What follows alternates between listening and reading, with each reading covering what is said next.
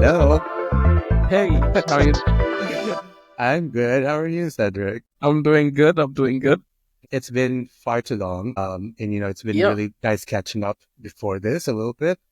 yeah. But it has been many, many years, many, many years. But Decades. it's always like exciting. Decades. Imagine. No, Mm, that's mm. surreal to me. My age just like always comes back in like full context. It was like, it's been decades. I'm like, no, it hasn't. I don't want to age Yeah. anymore.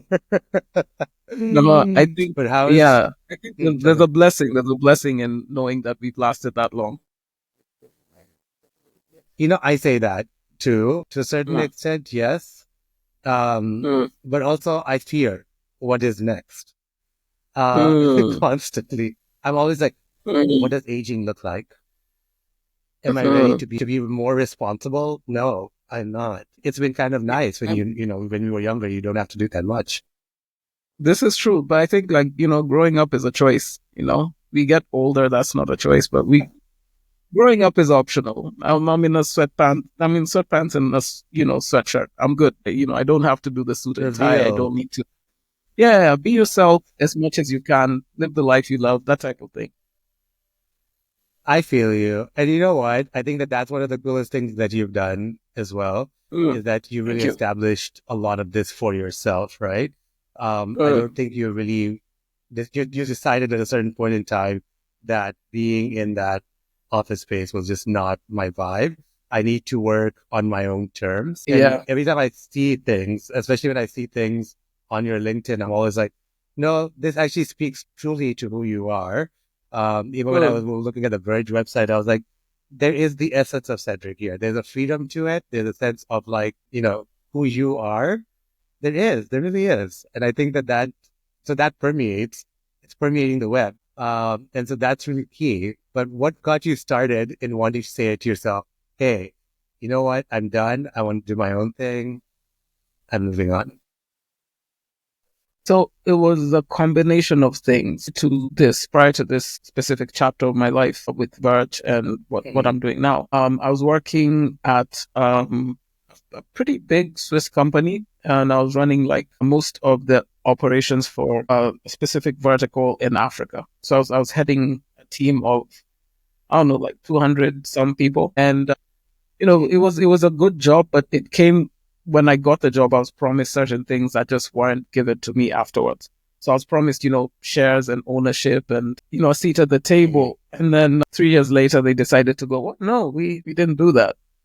And it wasn't the first time it had happened No. in my life that, I grew Mhm. someone's business from nothing to something and then they just like took it away. It wasn't the first time that I got Yeah. into a relationship where, we agreed on certain tenets of how we're going to work. And then, the goalposts shifted. But I think it was the time when I decided I'm just not doing this anymore. And I had been discussing starting this company and doing what we're doing now with my business partners who I've known forever. In fact, we met at the same time we met. So this is early Okay. 2000s, and we've been talking about this for a while. Of just like, let's work together, let's build our own thing. And it doesn't matter if it's small. We can grow it, and we can do the right thing. We can have our own culture. We can, do work that we're proud of, and we can chase down our dreams and so on and so forth. So I was like, okay, cool. If ever there was a time to try this out, I decided that was the time to do it. Poor decision in terms of planning, because it was immediately after I'd gotten married. Lots of things were up in the air, but I just was like, what? Now or never, let's do it. And yeah, it's been over 10 years, 12 now, I think, almost. Mhm. Mhm.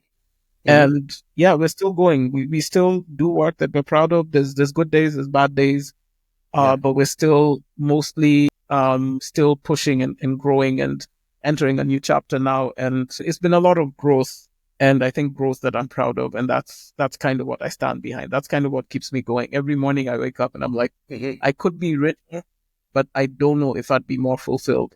And then you keep going. Percent.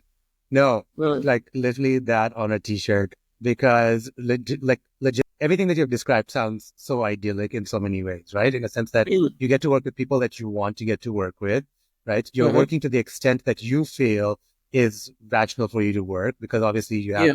a lot going on in your life. So you really can like meter how much you work. And at the same time, the reward aspect of it, which I think everyone attributes to making large amounts of money, that reward is not the same. Like, you've actually like understood and recontextualized what success is, right? Because for success for you is really looking back on what you've done and acknowledging and saying, no, this is good. This is what we've done so far. So the money is not always just driving a lot of that decision making. Yeah, and I think to some degree, I don't know when it happened, but I started being more aware of just what you leave after you stop being here. We've talked a little bit about the fear. Yeah.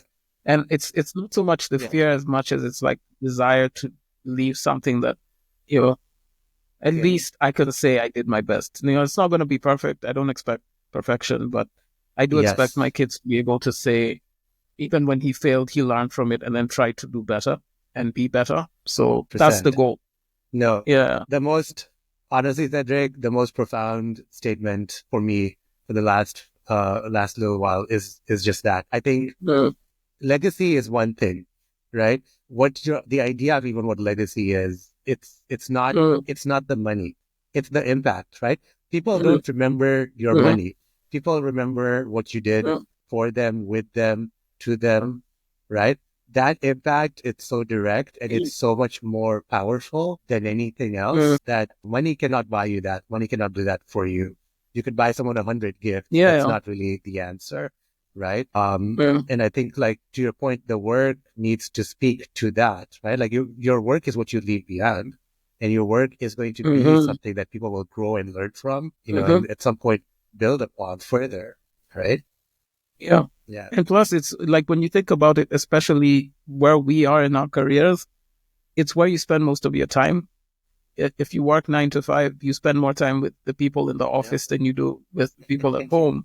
Most of your waking time spent trying to like chase the bag and do whatever. Yeah. If you can make it something that you're okay with, I think it's two things. If you can find a way to not do that, well and good. So if you can find a way to not be at work all the time, that's goals. Absolutely. But if you do have to go work, then at least do something you believe in. Honestly, I was thinking about it because I said, I don't know when this changed for me. I know exactly when it changed. It changed because of my wife. Because she's 100% like, she puts her principles and her values over pretty much anything else. You can't buy what she believes in. You can't pay for her to compromise her values. And of course, living with her it's changed my perspective on this, because we grow up being taught to compromise. We grow up being taught that, sometimes you have to do this to do this. You have to give a little to get some. And she just says no. Yeah. This is not what I do, and this is not what's happening. Don't call me after 5 p.m. Yeah. It's just basic things like that. And I've just watched her over time, and some of it has rubbed off on me, because I'm like, that's why sometimes she's at peace and I'm like distressed, is she just will not take that work call. If you call at 5:00, she just will not compromise family time. She will not compromise values, and things like that just make me go, okay, cool. Maybe I should take a leaf from that. Yeah. And I guess that's how I end up making that leap at that critical time. She's got it right, because I legitimately, I highly respect that. I have the strength to be able to say to someone and just, I'm doing me now. Like, this is not your time. 100% valid. And everyone should be saying no. I feel like no one should be saying yes to doing work past those hours. You don't get paid to work. If anything, you're like, if you actually like amortize your paycheck over all of these additional hours that you've worked, you'll realize you're getting paid substantially less. And that is, why would we do that? Plus, I would say more than anything, people and connecting with people that mean the most to you, whether that's your family, that's your chosen family, that's your inner circle, that's everything, right? Like, again, money cannot buy that depth of connection. One of the things I'm very, very curious about as well is because, you chose some of your inner circle to actually work with. When you started Verge, what were some of the challenges that you had as a group? What were some of the things that you faced where you were like, this is not what we thought it was going to be, or this is where we need help? I'm laughing because we're kind of facing the same thing now, but we thought it would be not easier, but the assumption is if you're really good at something, so if you do something well and you know you're doing it well, right? So I'm bringing real value to the table. I shouldn't have problems selling this value, And so the idea was we got into digital marketing and content marketing pretty early for Kenya. There were people doing it, but it was much bigger agencies with much bigger clients. But for a lot of the local brands and local organizations, they hadn't really gotten into it at the time. So we literally got in at the point where we're trying to convince people, get your websites up, get on Facebook. There's a reason for a brand to have a presence on social media. And we thought it would be so straightforward to just be like, there's 10 million Kenyans on Facebook, get on Facebook at the time. But there's this many people on Twitter, get on Twitter. And you'd still get the answer no. You'd still get people saying, why should I spend on digital? I'm just going to use that money on a billboard. Yeah. And we struggled with just getting that across. And sometimes I say this to people and they always think, it couldn't have struggled for that long.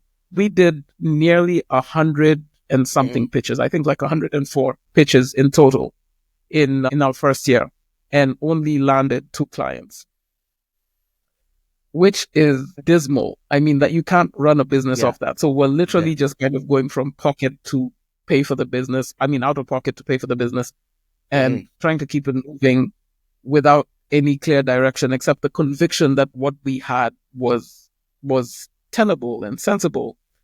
And that was hard. Just like waking up and still believing something when you know what it is, but then what's coming back is not reflecting that. That was a difficult bridge to cross. But eventually we got to a point where we said, okay, let's think about this differently. Let's try to package this differently. Let's try to tweak certain things. Let's look at what's working and what's not working. And very small changes made very big results. And we're in the same space now. So it worked back then. It got us our first big client in the end of that year. And then we continued to grow from that. Pandemic happened, which happened to everybody, but we still survived that. Now we're in a phase where we're moving more into like marketing technology. And yet again, we're facing the same challenge. We have something where we know this is going to be amazing for all of you. You should invest. And everybody's kind of shaking their heads going, nah. And honestly, the only difference between that now is that we know what's on the other side of this anxiety and doubt and stress that we're going through. So we're pushing just because we know what we need to do is survive. We just need to make it across the bridge and we're done. So, we're back in that same space again. So it's ironic that you'd ask this question. I haven't even thought about it for so long, but we're very much in the same space. Chapter 2. No, but you know what's interesting for me is about chapter 2, but you said a lot in there, right? Like you're more galvanized in how you're going into the second chapter. You have a sense of, what to expect, what's going to happen. But more importantly than that, when it comes to what you have done so far, you accomplished a lot. Like, even though in the beginning, it didn't seem like this was going to be achievable, you've done it, right? So in many ways, there's that assurance now in the sense that like, we will do it. It's a matter of time in terms of what you're doing. One of the key things in there too that I liked that you said is that, you came back with multiple approaches. There's a lot of reiteration of what it is you were trying to do. How important is that, in terms of like that experimentation, that idea of like, we're going to try it, we're going to see if it breaks, and then we're going to go and pick up back from where we were and kind of, in a new form all over again. I think it's extremely integral, like for everything, not just for business, but for life as well. It's one of those things where you just have to be slightly stubborn about your belief, but be humble enough to accept that you might have approached it wrong. And it's usually the small changes that make all the difference, It's like how I think when we're kids we'd be told like, oh, what's the magic word? And it's that one word in a sentence that makes all the difference of how it sounds. And absolutely. It's always those little things that we tend to leave out that tend to be the big difference. And sometimes it's so cliche that it's frustrating, because like you hear something in a cliche and then think to yourself, that person doesn't know what they're talking about, until you find yourself in the position where that's the solution, and you have to be humble enough to say, okay, cool, let me just try that and see how it works. And then it does, you keep moving. So I think it's usually make or break. If you talk to most entrepreneurs, most people who try to build something from nothing, they will tell you that it's usually tiny changes. It's usually there's a tipping point, like Malcolm Gladwell likes talking about. There's a tipping point that changes quite a lot of things for quite a lot of people. And what I've learned is that for businesses, for brands, and for people, those small truths, those little things that we tend to avoid accepting, tend to be the difference between where you are and where you want to be. So if you can just tap into that reality and tap into that truth, it's a very slight change. It's a very just small shift, but it makes all the difference of where you're going to end up. Absolutely. Feel like, I mean, I work with designers a lot every day, and I think that that's one of the key things I keep pushing them to actually think about is the fact that, you are coming at it sometimes with a sense of ego where you're feeling like my work is perfect. This is ideal. This solution, I don't have to do anything more to it. I thought through it in the best possible way, right? And then I'll be like, did you evaluate this with like a user, or did you take this to like someone else outside of yourself to actually like just get some feedback on? And then the moment that they do that, they realize, oh wait, there are actually like 10 things that maybe I've likely missed, right? But then it's also now I have to take down my ego a little bit and say, no, I did not see all of this, and now I need to solve for all of this in order to make my perfect solution, which I thought was perfect to begin with, right? But I also feel like that entire like learning, that process, it is life, right? Life is just that. Like you keep having to fail, and I'd much rather fail faster and build myself back up quicker than assume for so long that I'm doing well and then fail, and then there's just been so much time that's spent, and then you're like, oh my God, like now what, right? And it's I think there's also the sunk cost principle, where we always feel like, just because I put effort into this, it has to be worth something, without trying to really evaluate what the value, what you put down is. And I like that you brought design, or you mentioned the designers, because like, I don't know, you probably saw this on my my profile, but I used to be an art director. So I worked with designers. In fact, I was a designer at some point as well. Which was a long story. But anyway, one of the key things I remember being told when I was doing that was that the difference between designers and artists is that designers solve problems. And that's kind of the key thing that they're trying to achieve, is that they're trying to, one of the key differences I think between designers and artists is that you're there to solve a problem. And sometimes you have to take your artistic mind out of it and say, yes, as an artist, I'm here to express myself, or there's an emotional connection to what I'm creating. You're basically just giving birth to an idea, and you feel a sense of ownership with it. That is not part of solving a problem. It's not part of the solution. And you have to be able to just detach yourself a little bit from it to say, okay, cool. What did the client say they need? What am I supposed to deliver? What is the impact we want to create? And what's the best way I know how? Because then that's where your expertise, your experience, your perspective, your knowledge comes into play. And not your opinion and your ego and your feeling and your all these different things, which are very valid, but not for problem solving. They are extremely important. I like that you went in there with that sense of like, those feelings are valid, because if you came in there and just like, no, you are going to be attacked then and there. Because at that point, that's an assault. That's violent behavior, No, you have to be very careful. But I really like that, Cedric. Like, I think like it's 100% true. Yeah. And it's one of the things, I think it helped a lot in just how I approach things moving forward.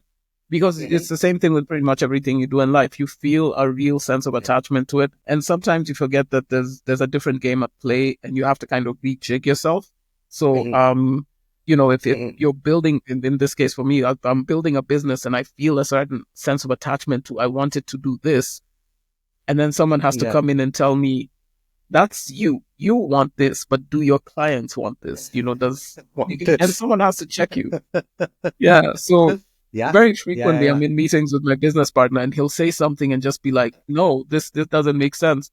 And I'm fit. And then just like half an hour later, I'm like, fine, let's do it.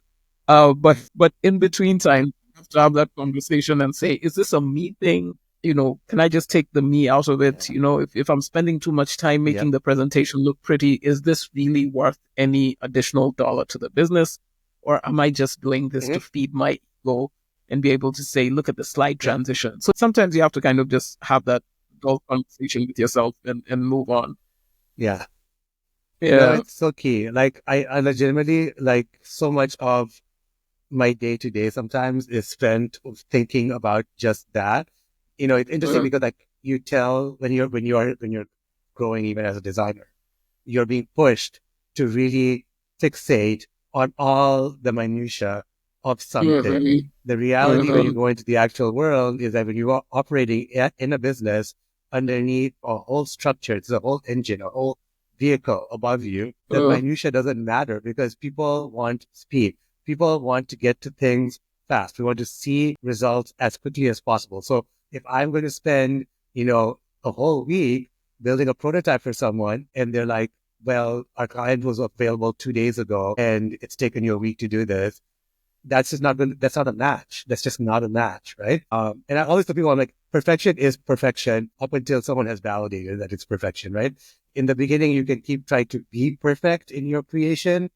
That's just you. So you might as well just do not the bare minimum, because that just makes me feel like, everyone's going to be like, oh, Kareem, the bare minimum designer. But you just you have to do The just minimum enough viable. to validate what it is you're trying to do, right? We're not doing 900 things. We're not making a movie here. And even if they were making a movie, they'd probably do the same thing. But you have to do just enough to get some feedback, some thought, some kind of direction, and then you can go about trying to perfect it. And I think that that's also the same for business. Like, I think you have to just go out there, do just enough to vet and get some ideas, and then kind of go from there.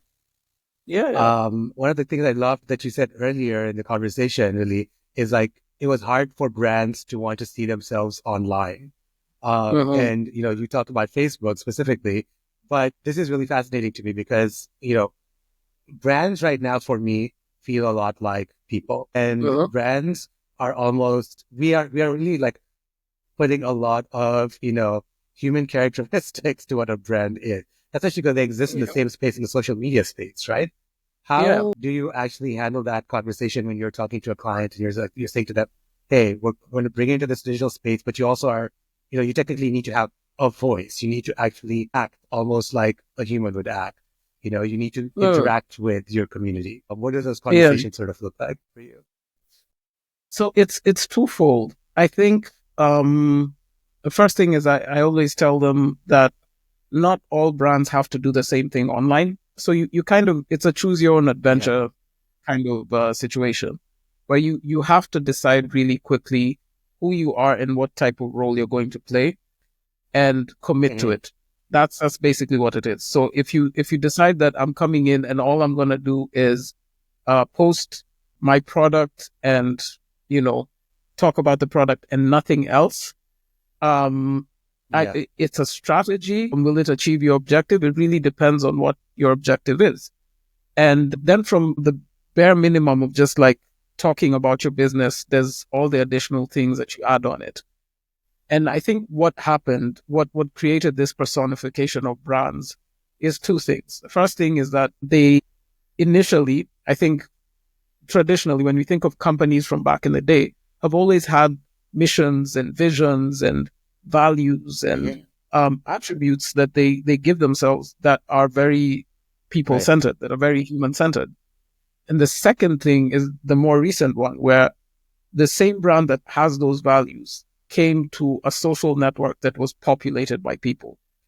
And for them to be part of that conversation, all of a sudden, Maybelline has to compete with Kim Kardashian. And because that exists, because this person and this person share the same audience, if you're trying to talk to them, what you do is you try to build your persona in such a way that you can compete in that space. Fenty will have some attitude as compared to L'Oreal, or Wendy's will try to make themselves a little bit different from McDonald's. And they each try to create this personality and build around it. And I think the problem usually is just that a lot of brands don't go the full length. And a lot of them go way past the space where they're supposed to go. And then, as a result, you kind of end up with a lot of people who blame the platform that they're on for their successes or failures, as opposed to just accepting that they didn't have the correct strategy when coming into it. So it's a tricky one. So the way I approach it usually when coming in is just saying, okay, we have to decide what your level of commitment is going to be, what your brand strategy really is, what your content marketing strategy really is, and take them through, like, make sure you understand the fundamentals. You know, if you have 6 hours to chop down a tree, take 4 to just sharpen the axe. Because if you don't do that, if you don't do the homework, if you don't do the groundwork, you can't blame the future on like a poorly built foundation. You have to start from somewhere. And if you're going to start from scratch, do it properly. Like actually take the time to sand down the edges and do everything you need to do before you just roll in and hope that, you know, a dry entry is going to work. It goes back to the thing of just like your ego a little bit. You have to be able to say, just because we have money. Yeah, it does. A lot of things are very much subject to the audience, and you have to be able to have the humility to come in 0 audience and grow from 0 to 1, 1 to 2, and move accordingly.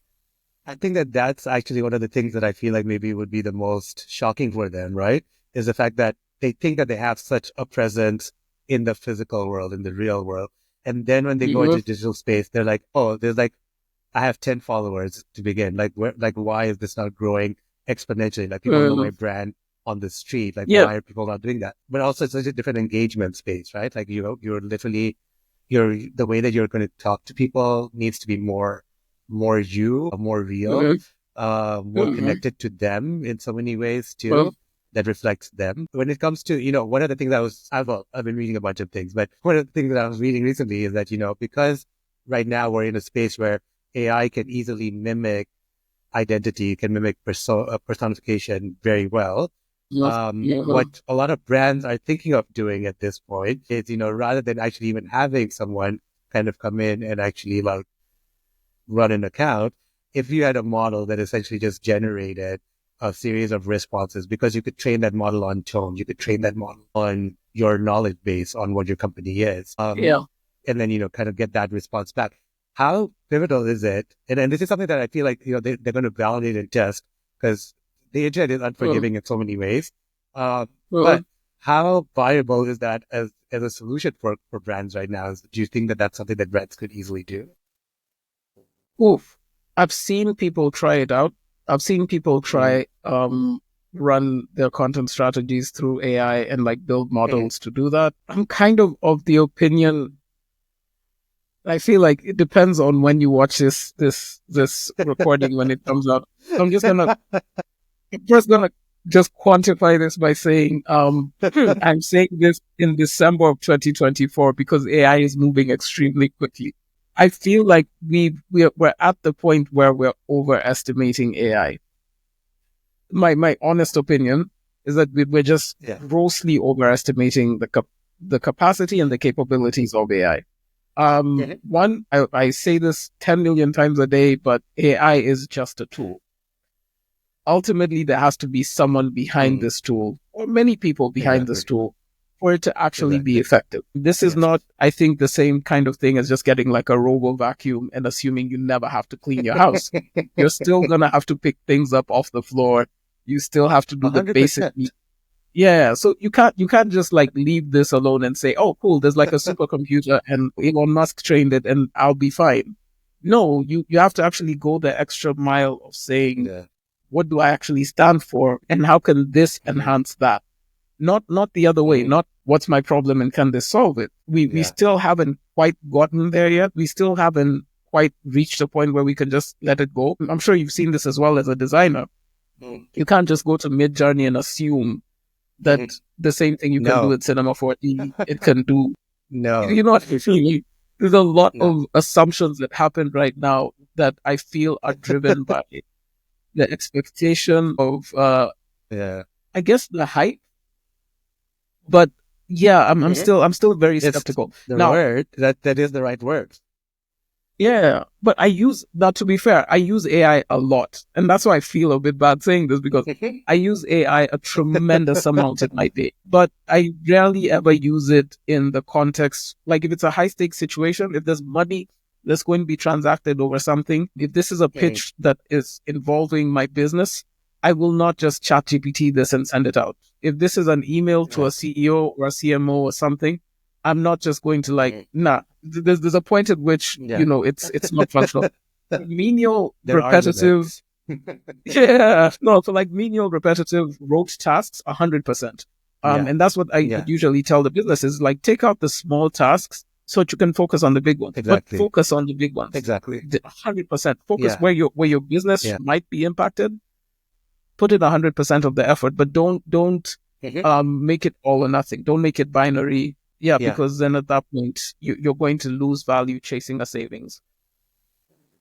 100%. I think you've said a lot in there that I feel like really resonates with my thoughts about this because of the fact that it is literally meant to help us kind of eliminate those little tiny things that maybe take up a lot of our time, right? The focus should really be Right. on us being deep in thought and then being able to exercise the full capacity of our brain to actually put Uh, together something that is powerful, cohesive, structural, and then using a tool like AI to kind of like help facilitate that rollout and how that works. right. I also personally feel like, the subtleties of communication Mhm. are something that it still needs to learn, right? Like, I don't think you're going to get an AI that's going to be super sassy with you in a Yeah. very realistic way. Like, you'll be able to read that right away. And, I was joking with someone on the weekend and I'm like, if this ended up on Black Twitter, I'm like, people will know right away that that came from a robot and they will call that robot Mhm. out, right? Because Mhm. there are certain things in the way that we communicate with each other that you cannot Mhm. train. And that the quickness in the response, that comprehension, I don't think that Mhm. that we're, to your point, at that level yet. But I do feel a lot of businesses see it and they're like, oh, this is an easy out. This is an easy solution that is just going to do everything for us. So you know what? Eliminate a whole team of people. We don't need these people anymore, or the machine is coming to do all the work, right? Yeah. I also think that that's people's fear right now. People are scared, like, oh my God, my job to be replaced by AI. I'm like, no, your inherent value in the future is you, right? It's who you Mhm. are. It's what you are, right? And what you Mhm. can do. And that voice and that being and that person, that intelligence, it's purely yours. And a machine you cannot, replicate that quickly, Mhm. successfully, especially at this point in time, you know. Yeah, there's two things actually that you've said that I think correlate. Sorry, I keep clearing my throat. I've been talking a lot, That's okay. like for speaking engagements this Yeah. week. I'm So, forced, um, I'm forcing people to talk here. no, actually, this was the one I was looking forward to. Like the rest of them have been very like sitting in a room and pretending to be serious. I'm not that guy. But anyway, so there's two things that you mentioned that I think are really important to kind of touch on. So the first Mm. one is this idea of every time I hear this thing about AI will replace my job, I think the first thing I Mhm. tell someone is if AI can replace your job, then you're not doing an important job. So you really have to 100%. think about what is it that I'm doing and how am I doing it in such a way that AI can replace me? Because if Yeah. if genuinely this is a legitimate fear that you have, then it Mhm. probably means that you need to build your skills a little bit deeper and a little bit further because Yeah. it's not a high barrier to cross to be out of the range of things that AI can replace. So if you're a spell checker, there's a huge likelihood that AI can replace you. But if you're an True. editor, then there's a huge likelihood that it can't. In fact, if anything, it means you're the person who becomes relevant because you're the person Exactly. who's going to have to edit whatever it puts out. So Mhm. the difference between those two, if you're in writing, is significant. Every time I hear this Mhm. thing, I always like that concern. I always kind of tell people just step back and think about what you're doing. Because if what you're doing is that simple, then you need to up your game. Especially in 2024, there's no reason why you should say that my job is to like edit photos and just crop them out. That's Mhm. been something that can't be replaced. If Canva can do Yeah. it, then you're not quite there yet. You need Then to you're not kind of doing. push a little bit further Yeah. so that your value increases. And that's not an Absolutely. AI problem, that's a skill set problem. The second A hundred thing is percent. like what you said with just AI can't enter certain settings and just fit in, can't replace people quite Mhm. yet. The Mhm. big shift that I've not seen quite yet with AI is the ability to assimilate culture. Because we have all these subsets of cultures and ways that people behave and relate to each other and shared values and a sense of community and belonging and so on and so forth that then impact how we do things and say things and so on and so forth. So just like you mentioned, if you try get on Black Twitter, I've seen this numerous times where people will get called out, not even just for not being part of the culture, quote unquote, but for where they're from. Like it'll be, you'll say something and it'll be like, the South is in the building. And just Yeah. because of how you fit into the subculture, I'm sure you've seen those, but Right. like just Yeah. because of how you see those things and how you play with them. I was watching, I was in a thread today. I don't even remember how I landed in there. I was looking for something and I ended up in like one of those Black Twitter threads. And people are talking about something or other, and this one guy comes in and he said something that was very braggadocious, and the immediate reaction was like, people in New York just don't know how to chill. Like they always come in with their ego, and just the nuances of that, because you'd probably Yeah. understand the context. You Like know. this is how Yeah. people talk. Versus Yeah. just the idea of all those little things and finding a way to insert that into the commentary and like turning the conversation around. All those elements add to authenticity. And for as much as brands want to try to be authentically human, the one thing Yeah. that stops them, whether it's AI or any tool that you have, is authenticity is not something that you just, work your way into. It's something that you have to be a part of. Absolutely. And yeah, it's not earned value. It's something that you genuinely have to embody the value, and then that value has to be recognized and you're brought into it, not the other way around. Exactly. Not you don't control that belonging to that group.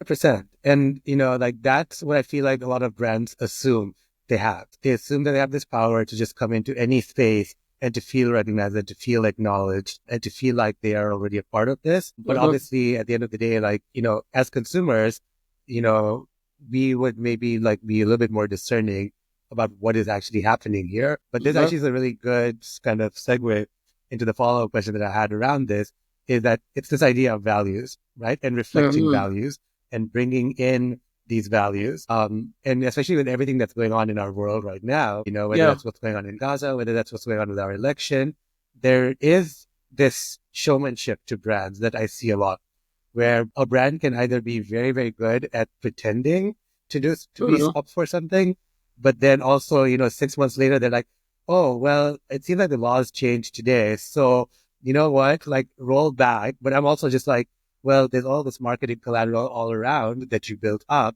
It's not that the receipts are there, right? So when it comes to that, how important is it for brands to actually be mindful of like basically embodying these values? Like why, like how critical is it for a brand, first of all, to embody a value, but then also be mindful about what it is they're actually going to be embodying? So I think it's beyond important. It's at the point now where it's imperative, and it's just a matter of time before you get held accountable for it. The thing that a lot of brands like hiding behind is just that right now they don't need to do this. It's not yet a requirement, but I'm sure you've seen this when briefs or when requests, terms of reference or scopes of work are sent out. Usually the same brands that say that they don't want to be part of movements will be the same brands that say that they want to have an authentic voice or to fit into, a specific group, or, just to get real engagement and high quality interaction or build a community. And those are things that, like I mentioned earlier, that the price of entry is not in dollars. It's not something that you pay for and access. No amount of marketing collateral is going to change whether or not this is who you are. It goes down to then what you do and how you earn your entry into this community in such a way that the community embraces you.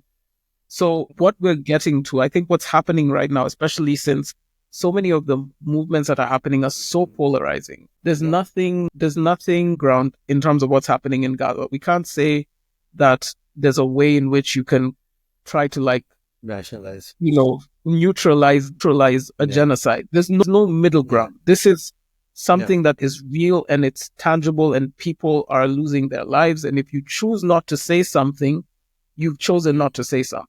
If you choose to say something of the opposite type, then you've also done that. But more importantly is what you do, because then if you have brands that are still doing business with occupying forces and still carrying out, PR activities in places that are you're actively involved in just slaughtering In a children, war. there's Yeah. nothing you can say that ever takes that away. There's no number of Yeah. billboards you can put up that make people forget that. And there's brands, I think, across the spectrum. Just to be clear, it's not something that is. I don't think human beings, and this is a core belief of mine. I don't believe that Mm. human beings are intrinsically unforgiving. Right? This is something Yeah. true to me, not necessarily true for everybody. But I don't think human beings are intrinsically unforgiving. There's a spectrum to how far it goes. If you are overtly pro an issue versus overtly against it, then you kind of put yourself in the position where your outcome is binary. You can't switch over Yeah. and expect this group to Yeah. accept you and vice versa, right? Correct. However, if you're somewhere in the middle, if you're one of the brands that didn't say something, or one of the brands that kind Yeah. of tried to play the safe space Mhm. of, we won't say anything, but we'll try, still make some money out of this. If you find yourself in that space where you're playing the middle, there's a way in which you can change in a meaningful way. Just the same way you can come out and say, you know what, we're pro Israel and we're going to support them in every way that we can. Here's some donations. Here's this, here's that. Mm. That's a real thing that you can do that shifts you from this position to this position. Will it get you acceptance by this community? Probably, if you do it the right way, if you follow through. Right. Likewise, if you say, you know what, we realize that for the past year, we've been sitting on our asses doing nothing, and Mhm. this is something that is unequivocally wrong. Our moral values don't stand with this. We Mhm. cannot do business with any business associated Mhm. with Israel or with occupying forces. Any genocidal, apartheid-like behavior is just not within our values. And you say, free Palestine and we're going to support them. Then at the same time, you've made a really conscious decision. Will it immediately earn you entry into that community?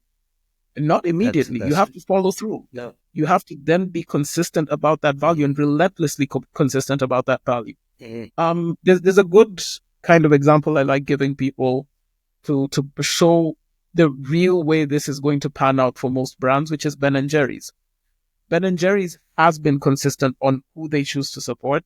So they choose to speak up for, for like the Black Lives Matter movement. They were very present. They've spoken up for the freedom to love. They've picked their issues and they've put their flag down and they've stood on those values.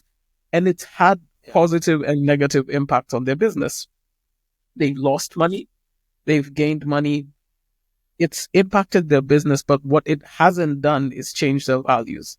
And what that's done in the long run is that they've managed to access communities that you previously couldn't access. They've been able to build authenticity that you really genuinely cannot build in other ways. And I think even in their acquisition, because if I remember correctly, they were acquired by, I think it was Unilever.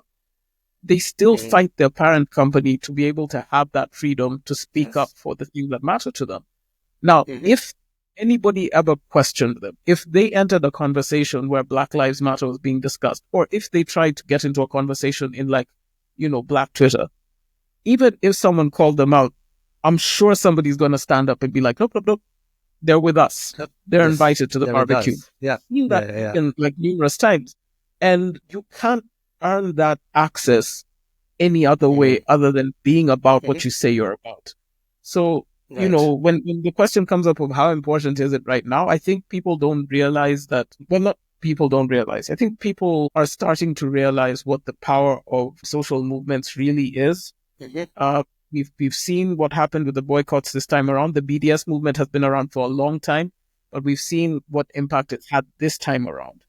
And, like a wave with like the ebb and flow, if you see the ebbs getting bigger, the flows getting bigger, then it just means the next time around, this is going to eviscerate whichever brand stands in the way. And that's going to be something that people are really going to have to reckon with, because there's some brands that just can't backtrack what they've done so far. There's some companies that you can't walk away from what you've done because you committed to the wrong thing.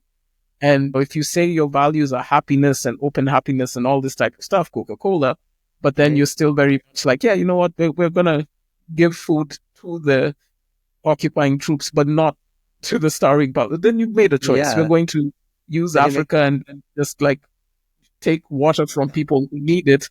You've made your choice. So when the consequences go up, when the reaper comes, you're just going to reap what you sow, and that's what it is.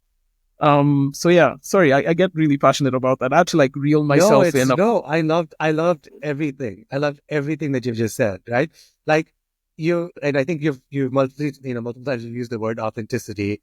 Mm, And it's just that. And I think brands forget that, I think very quickly, is that authenticity is what keeps people coming back, right? mhm, It's when you are being real with people is what people will actually see, and it's how people will vote with their wallets. I really hope people vote with their wallets and actually go mhm, out and actually don't just, blindly spend. But when you, and we can't, it's too expensive right now to be doing this.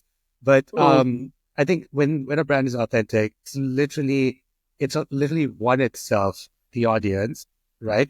And it also retained that audience. I think people will long term see what it's done. When you flip flop as a brand, when you choose sides on a whim, people see that mm, right away, right? And people mm, question that right away. And we are mhm, becoming a more discerning audience.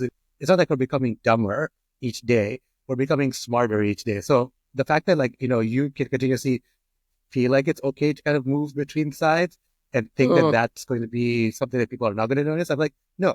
I'm like, the one thing I love about something like TikTok is that TikTok generates the receipts for you. Like you yep, will be on one side today, someone is going to go and do that criminal investigation to discover yeah, where you were 8 months ago and then quickly remind you, hey, yeah, you know what? 8 months ago, this is what you said. This is where mm, you are today. And it's one video and then it's all over, right? It's mm, all over because now the lies have been exposed. So brands feeling like they can hide, I feel like it's something that they cannot do anymore. And mm, brands do need to have a stand, right? Like brands ideally should have a stand. Core values, especially not just for what you give to the public, but also internally, who you're working with, how you're getting people to come and work with you. Those values need to align in a way that mm. actually makes sense, right? So, yeah, it's super super critical.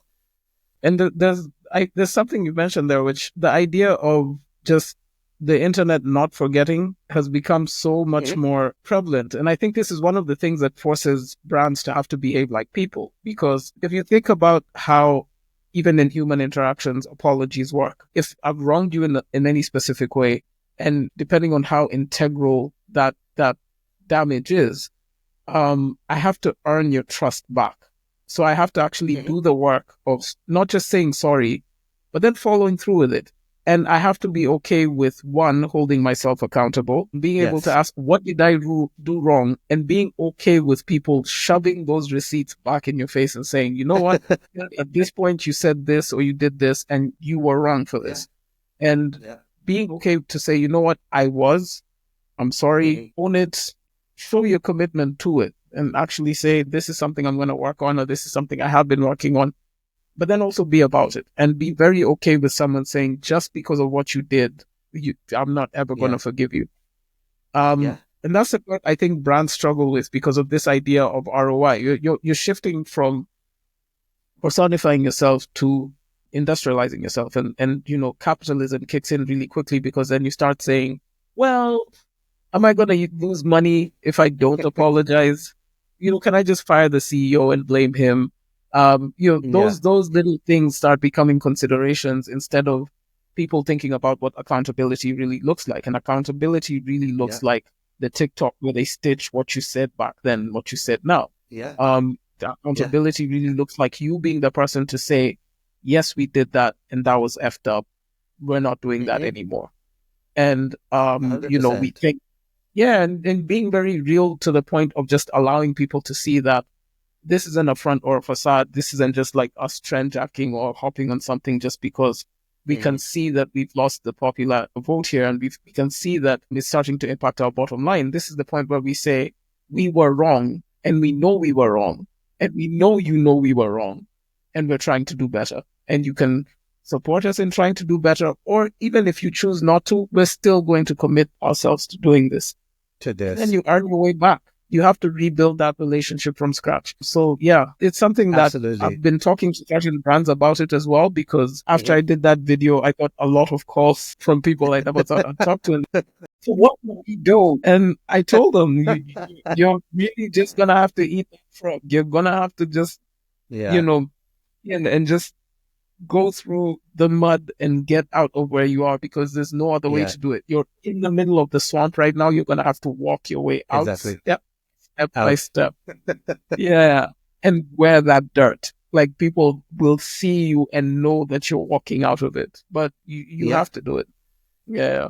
No, absolutely. I think, one of the things that when you are a small business, people rally around you very quickly because they are on that journey with you. So even when you are Uh, faltering as a small business, people are saying, okay, they're growing, they're learning, right? When you're an established business, you're not given that grace to be able to say, uh, I can falter, I can make mistakes, right? But the reality is that uh, you can, because at the end of the day, the world is a dynamic. So this is a new dynamic that you have yeah. never encountered before. And, Yeah. you could falter once, but learn from Yeah. what it is that you faltered from and move from there, right? And kind of like really make something out of it that changes the direction of your company, changes the face of your company a little bit in a very positive way. Like, I think you can really grow from that, right? Yeah. In One of the very real last ways. questions I actually had for you is, yeah, very real, well, 100% in real ways. Uh, One of my last questions for you is, what do you feel people who or brands should do next when it comes to thinking about their digital strategies? What are some maybe like 2 or 3 tips that um, they should keep in mind, especially given today's world? okay. I think Yeah. this is weirdly enough, this is like the first slide in my talk tomorrow. So, well, not first, but it's very early in the It's intro. like I saw the slides. It's like I saw Yeah, them. yeah, it's like you saw it. It's in the other tab. If you just switch over, I'm doing the presentation now for tomorrow morning. But I think brands need to invest in what they ask for. So this is one of the things, and I alluded to this earlier, because when you get a brief, they will say, "Oh, we want authenticity, or we want virality, or we Mhm. want conversion." And a lot of times they say that and then say, "And our budget is this." I feel like the conversation needs to happen in reverse. You have to come here and tell me, Mhm. this is a problem, and Yeah. for being very willing for me as the expert to tell you this is how much that problem costs to fix. Mhm. Be very open to you saying this is how much the design solution around that is going to be, because whether Right. you're looking at it from a digital standpoint or any other standpoint, the reality of it is you're paying for the business value you're going to get out of it. And like any other investment you make, it has to be commensurate. Mhm. There has to be an extent to which you look at this and say, is this worth it end of day? Because some of the returns will be in dollars, but some of it will be in other things, you know? And the main thing that I see happening a lot that just doesn't sit well with me is that marketing discussions are usually made, or marketing decisions rather, are usually made by people who sit outside of marketing and outside of the core business. So you sit in finance or you sit in procurement and you're trying to evaluate whether or not it's worth paying this agency $10,000 for a strategy without the consideration that, without the consideration that this strategy is going to give you over time X amount of dollars. And that's going to come in these different ways.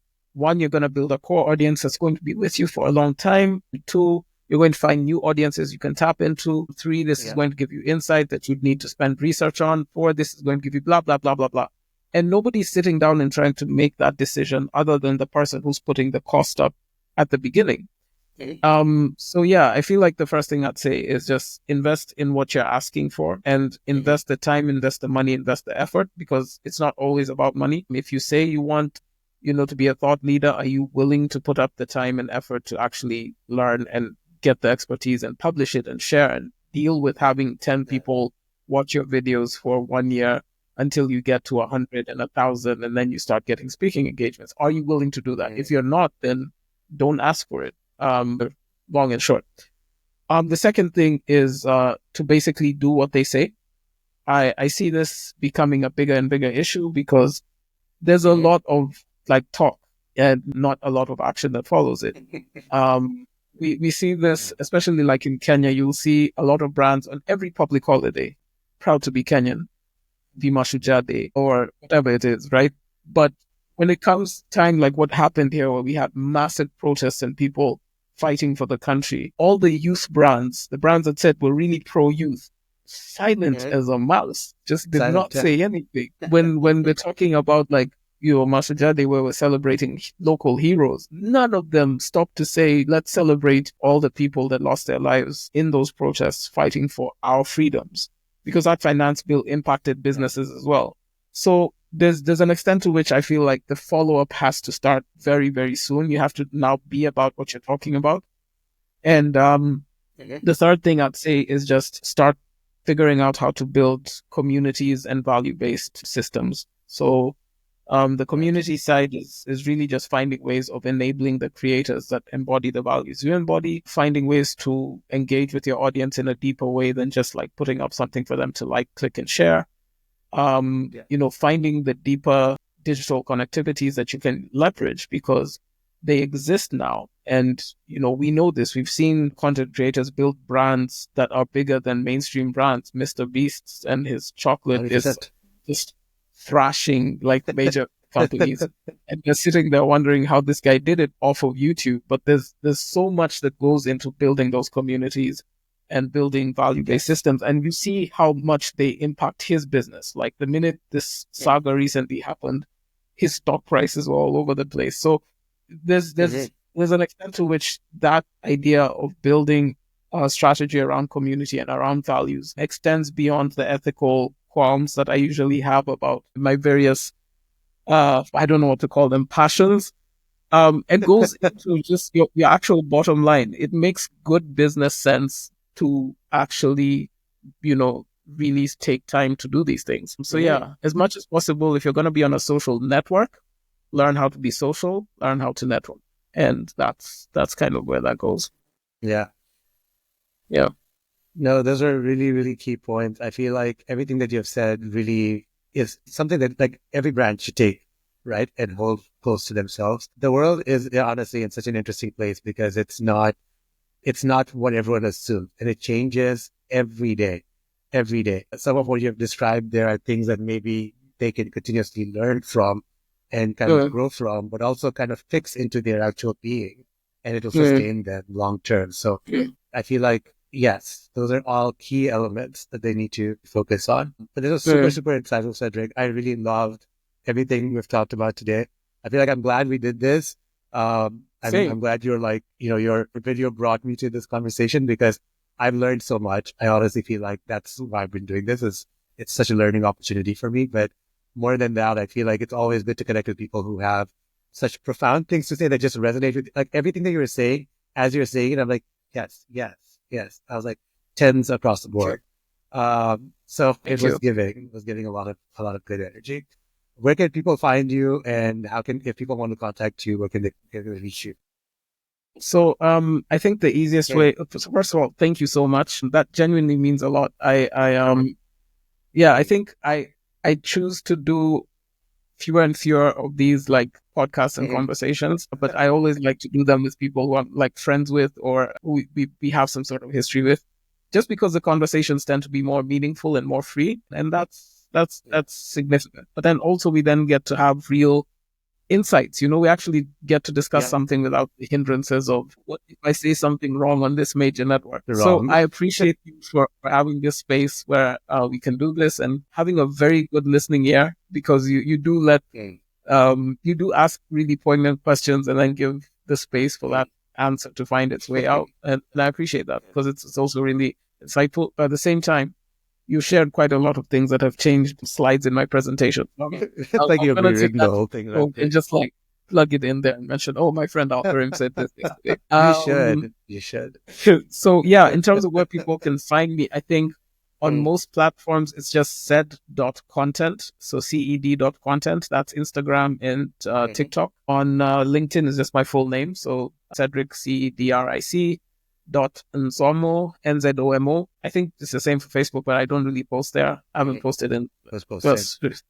yeah, No, who's really doing Facebook's anything dead. on Facebook? Was on But Facebook. if you want, Mm, mm, yeah, I only use it because of the mm. business manager account. That's literally it. But yeah, and then YouTube is also. I think YouTube is also set.content. I haven't yet posted my YouTube video. I have like a whole batch of Mm, video essays that I've edited good. and not posted. So let's hope I get the courage to hit publish one day. I hope you do. I feel like no, I feel like that would be a loss if you did more than anything. I think that people need to hear from you directly. Thank you. Yeah, Yeah, no, I yeah, hope I do. And yeah, I mean, I thank you so much for platforms like this, because then that gives me yeah. I'm the glad. encouragement, like the sense of purpose to be able to kind of pursue these conversations and try to help public ways. No, this was awesome. Thank you so much, Cedric. And I Thank will you. hopefully be doing a follow up with this soon. Yeah, anytime. Give me a shout. I'm always Please, we'll do it. available. I just expect small cameos from my little people. I want They're them very in the video next time. I feel like it would be nice to actually get them involved in this in some capacity. They she can was give their very tickled. opinions. She was about 1 meter away. She just kind of walked up to here and then talking and walked out. I mean, Yeah, she could have some keen insights on brand strategy that we don't know of. So I'm all about that. I'm all about giving young yeah, people their voice, giving them their time. So yeah. Let's okay. see. I'll talk to her and see. Maybe the next time she'll just do a quick cameo and scream from the other side. So thank you so All right. much. Thank you.